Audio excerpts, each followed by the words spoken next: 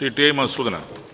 Sir, ആശങ്കയുണർത്തുന്ന വ്യാപനമാണ് cancer രോഗത്തിൻ്റെ കാര്യത്തിൽ അനുഭവപ്പെട്ടുകൊണ്ടിരിക്കുന്നത് എന്നാണ് മനസ്സിലാക്കുന്നത്. നൂതന ചികിത്സാ സൗകര്യങ്ങൾ വിപുലപ്പെട്ടു എന്നത് ആശ്വാസകരവുമാണ്. വിവിധ സംഘടനകൾക്കും റെസിഡൻഷ്യൽ അസോസിയേഷനുകൾക്കും ക്യാമ്പയിനിൽ പങ്കാളികളാകാൻ സർക്കാർ കൈക്കൊണ്ടിട്ടുള്ള നടപടികൾ വിശദീകരിക്കും. സാർ, വളരെ പ്രധാനപ്പെട്ട ഒരു കാര്യമാണ്. ഒരു ക്യാമ്പയിൻ ജനകീയമാകുന്നത് സമൂഹത്തിലെ എല്ലാ ജനവിഭാഗങ്ങളും അത് ഏറ്റെടുക്കുമ്പോഴാണ്. സാർ, ഈ ഒരു ക്യാമ്പയിനെ കുറിച്ച് ആലോചിച്ച് തീരുമാനമെടുത്തപ്പോൾ ഇപ്പോൾ ആദ്യ മാസം വനിതകൾക്ക് വേണ്ടിയിട്ട് സമർപ്പിച്ചിരിക്കുകയാണല്ലോ. അതിന് കാരണം സാർ, സ്ത്രീകളും പുരുഷന്മാരും സ്വന്തം ആരോഗ്യത്തിന് കൊടുക്കുന്ന പ്രാധാന്യം ഒരുപക്ഷെ നമ്മുടെ മുൻഗണനാ ലിസ്റ്റിലൊന്നും കാണില്ല.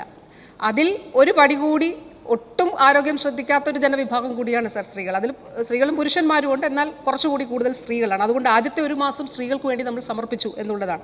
സാർ, ഇത് ആലോചിച്ച് തീരുമാനിച്ചപ്പോൾ സംസ്ഥാനത്തെ എല്ലാ സ്ത്രീ സംഘടനകളെ, എല്ലാ രാഷ്ട്രീയ വിഭാഗങ്ങളിലും ഉള്ള സംഘടനകളെ, അതോടൊപ്പം വിവിധ രാഷ്ട്രീയ പ്രസ്ഥാനങ്ങളെ മാത്രമല്ല സാർ, ഇപ്പോൾ ഭിന്നശേഷിയുള്ള കുഞ്ഞുങ്ങളുടെ അമ്മമാരുടെ പ്രതിനിധി വരെ ആ മീറ്റിങ്ങിൽ പങ്കെടുത്തു. പാലിയേറ്റീവ് കെയർ രംഗത്ത് പ്രവർത്തിക്കുന്നവർ പങ്കെടുത്തു.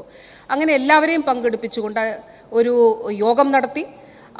നല്ല പ്രതികരണമാണ് സാർ അതിലുണ്ടായിട്ടുള്ളത്. എല്ലാ സംഘടനകളിലും എല്ലാവരും ഇതിൽ പങ്കാളികളാണ്. അതുകൂടാതെ റെസിഡൻഷ്യൽ അസോസിയേഷനുകൾ സാർ ഇക്കാര്യം കൂടി അഭ്യർത്ഥിച്ചിട്ടുണ്ട്. നമുക്കൊരു 200 പേരെങ്കിലും കുറയാത്ത ആളുകൾ ഉള്ള ഇടങ്ങളിൽ സംസ്ഥാന ആരോഗ്യ വകുപ്പ്, പ്രൈവറ്റ് ആശുപത്രികളുടെയും NGOകളുടെയും ഒക്കെ സഹകരണത്തോടുകൂടി റെസിഡൻഷ്യൽ അസോസിയേഷനുകൾ ആവശ്യപ്പെട്ടാൽ അവിടെ യോഗം നടത്തുന്നതാണ്. സാർ, കഴിഞ്ഞ ദിവസം കൊല്ലം കോർപ്പറേഷൻ്റെ വാടിക്കടപ്പുറം ഉൾപ്പെടെയുള്ള 3 ഡിവിഷനുകളിൽ ആ വീടുകൾ മുഴുവൻ കവർ ചെയ്തു. 3150 വീടുകളും കവർ ചെയ്ത് അവിടുത്തെ മുഴുവൻ ആളുകളും 30 വയസ്സിന് മുകളിലുള്ള മുഴുവൻ സ്ത്രീകളും സ്ക്രീനിങ്ങിന് വിധേയമായി. എല്ലാ ജില്ലകളിലും ട്രൈബൽ മേഖലയിലും ഇത് സംഭവിക്കുന്നു സാർ. അങ്ങനെ എല്ലാ മേഖലയിലും ഇത് ഉണ്ടാകുന്നുണ്ട്.